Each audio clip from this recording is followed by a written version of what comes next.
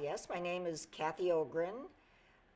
We started in the car business in 1973 with Toyota, added Ford in 1981.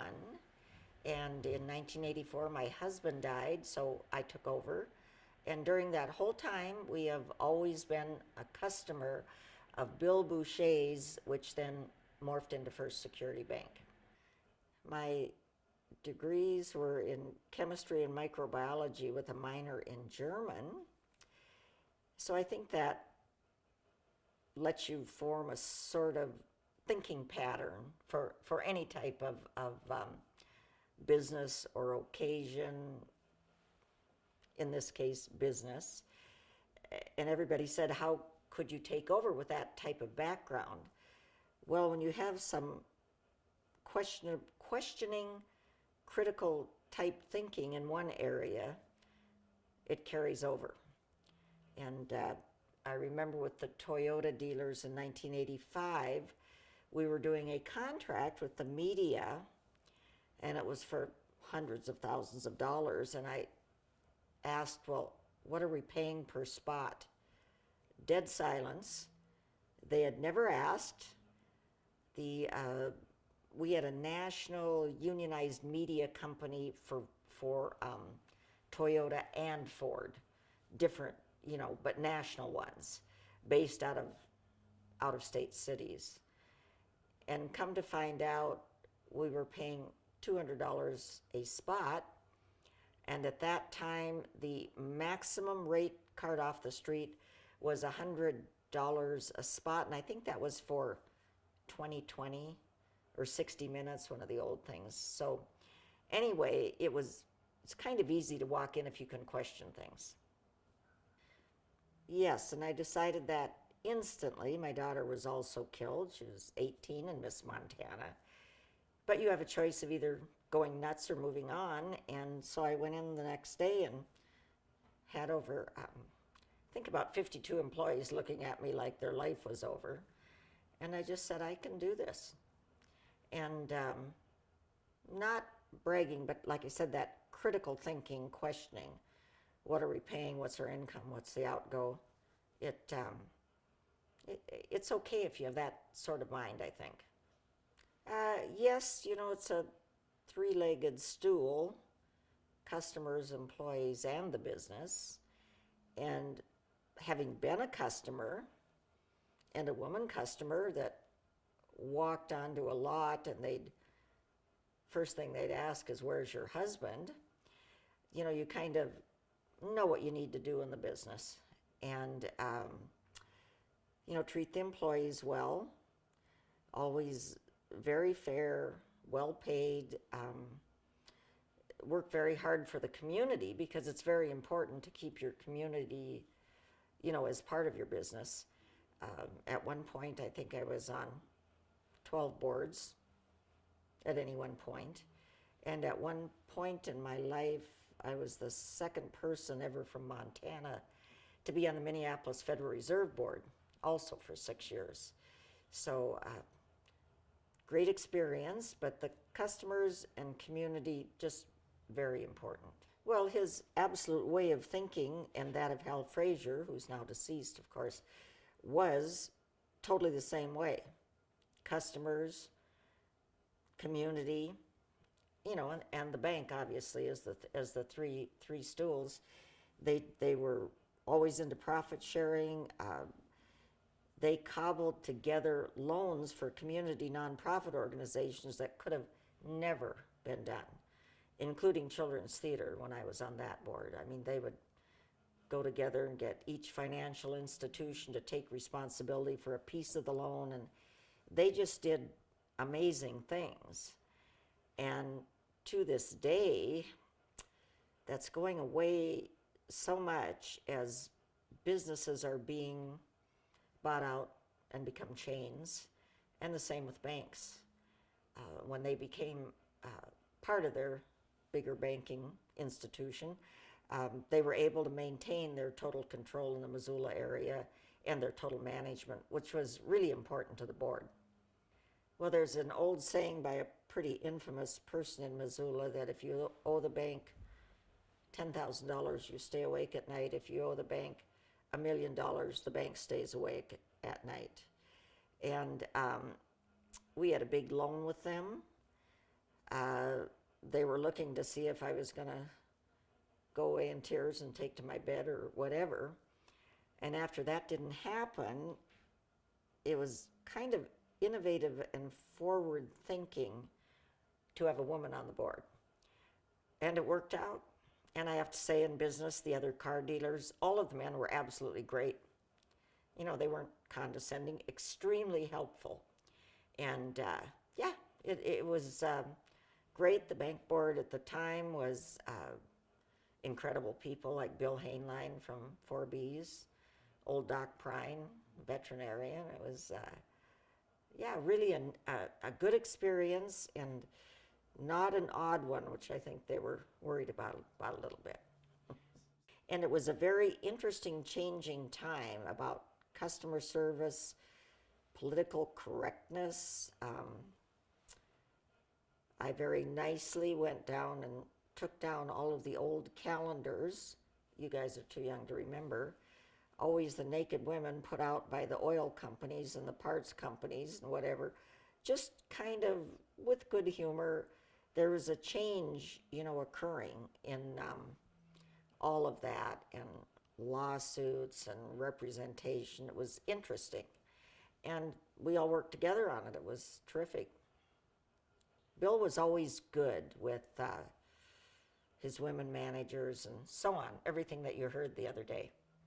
The George Award is an award from the Chamber of Commerce, one of the places that I used to be president of, and it's given to people that didn't let George do it, meaning they got it together and did it themselves for whatever, for a community enterprise, in my case for the baseball field, for lack of a better word, the cliche, the movers and shakers, the ones that didn't, they put their time, talent, and treasure where their mouth was. They didn't just tell someone, go raise $1 or go do this or whatever. They did it, and they got it done. So it's a great award. Yes, that's sort of a record that's mind-boggling. It used to be called the Champion Award, I believe, and maybe you can remember the year it started, but I think in the 80s. So 7, we're maybe approaching 20 to 25% of the recipients, which is just incredible. The involvement in community, what they require of their officers is that involvement in the community. Not just time, they give them the time to go to meetings and attend things, but they put the bank's time, talent, treasure, energy, all of that behind it. And First Security, like I said, they're known as the leader in all of that. You know, you could go beg for a few dollars from one place or whatever, but they got it done, whatever the endeavor was. Yeah, well-deserved for the bank, and sort of I believe probably past, present, and future, an unstoppable number of people with that honor. When I started on the bank board with Bill Boucher at his previous bank, when we did not, before we bought out the present First Security Bank, it was the same mentality. And I believe it was 1991 he came to First Security Bank.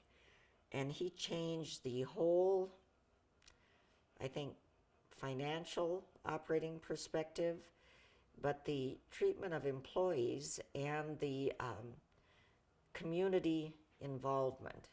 It just came as a total package, and he led from the top, and he just did it. Absolutely. And he retained, prospected for, and required the people that he got into the bank to be the same way. So it was just a great force. His methods: persuasion. When he was recruiting people, bankers and so on, he recruited them with those same ideas, that you're not just going to be in a pecking order where you're required to get X amount of loans per week or month or day or whatever, but that you had to be part of this bigger vision of the bank. And I think that was very successful recruiting on his part, and also not the way things were done in the past. I think you had X amount of loans in your portfolio and you'd be recruited, or to that extent. But he brought in the whole idea, the personalities that could gel with the community, that could go out into the community, and secondarily bring in all of the prosperity with the loans through their personalities. So yeah, it was, like I said, the whole package, just the way he ran things. It's just how it was. Hal was the magic, the dreamer, the bringing the impossible to the table, and Bill went along with all of it to the point where it wasn't financially feasible. So he was the one that helped create the dreams, but also structured the dreams. And it was marvelous what they got done. So yeah, Hal was incredible. He really was. And as his wife said, everybody that met him thought they were his only best friend. And he made people feel that way, and his customers. So, and Bill too, but not quite as much of the dreamer as Hal was. So it was a great combination, absolutely the best. Of Scott, well, I think Scott is a good melding because he's of the younger mindset.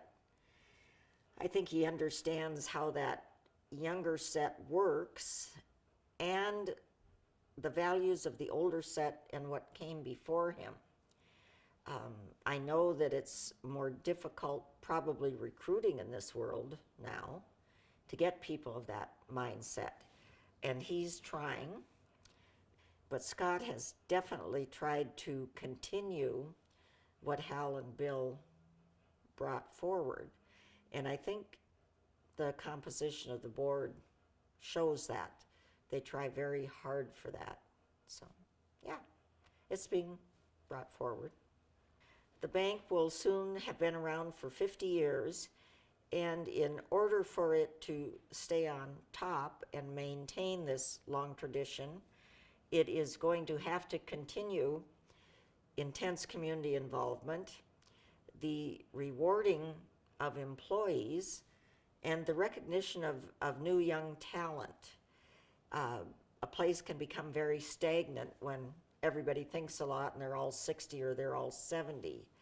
So I think for the continued success of the bank, which is in Scott's hands now, it's going to have to be this constantly looking for younger talent that thinks like the bank does, with community and employee involvement.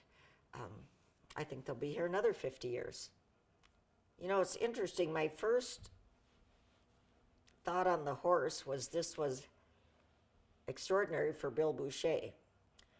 He doesn't dress in bright colors or do anything that's not too straight, but he had an incredible idea that was ahead of its time. The bank logo's the first, second national, first national. It's just all so boring. This horse represents leading the pack, strength, speed, kind of everything we want to embody. It was sort of an amazing thing. When we saw it, when I think back about it, we didn't think that much about it because it was something we fell in love with immediately. I think the whole board. We didn't question it. It's interesting how timely it is and how ahead of its time it was, because every time they put up a new thing, you know, the lead horse, the whatever billboard that they're putting up at the moment, it's so right now. It's just incredible. So it was just a right time, a right place. Mind-boggling. You know, the horse still makes me feel like we're in charge, like we're leading the pack, like we're colorful, innovative, strong, all of the things that you associate with a lead horse. It's actually more in tune now than even when we started it. It lets us, I think, break out from the boredom of all of the other firsts and seconds and uniteds and so on. Lead horses in every war, if you ever look at them, look back on history, they rode stallions. You'd think they'd spook, but they rode right into the thick of battle with cannons blaring. I'm trying to think. I think there might have, well, I know there were horse brigades even in the First World War. I'm not sure about the Second World War. It's amazing that a person would do that, let alone that a horse would do that. So yes, bravery, absolutely bravery.